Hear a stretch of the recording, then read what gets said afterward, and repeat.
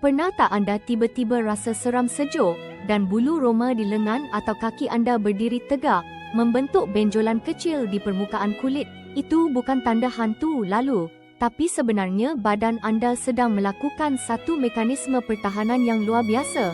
Cuba untuk melindungi diri daripada ancaman sejuk yang datang secara tiba-tiba.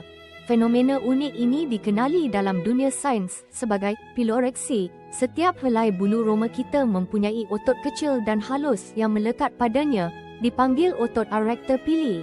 Apabila suhu di persekitaran kita menurun secara mendadak, atau kadang-kadang apabila kita mengalami emosi yang sangat kuat, otot kecil ini akan mengecut secara automatik melalui tindak balas refleks badan.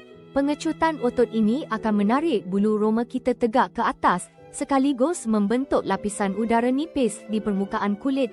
Ini adalah cara badan kita cuba memerangkap haba, ibarat jaket semula jadi yang tebal. Mekanisme ini adalah warisan evolusi dari nenek moyang kita yang berbulu tebal, yang sangat efektif kekalkan suhu badan.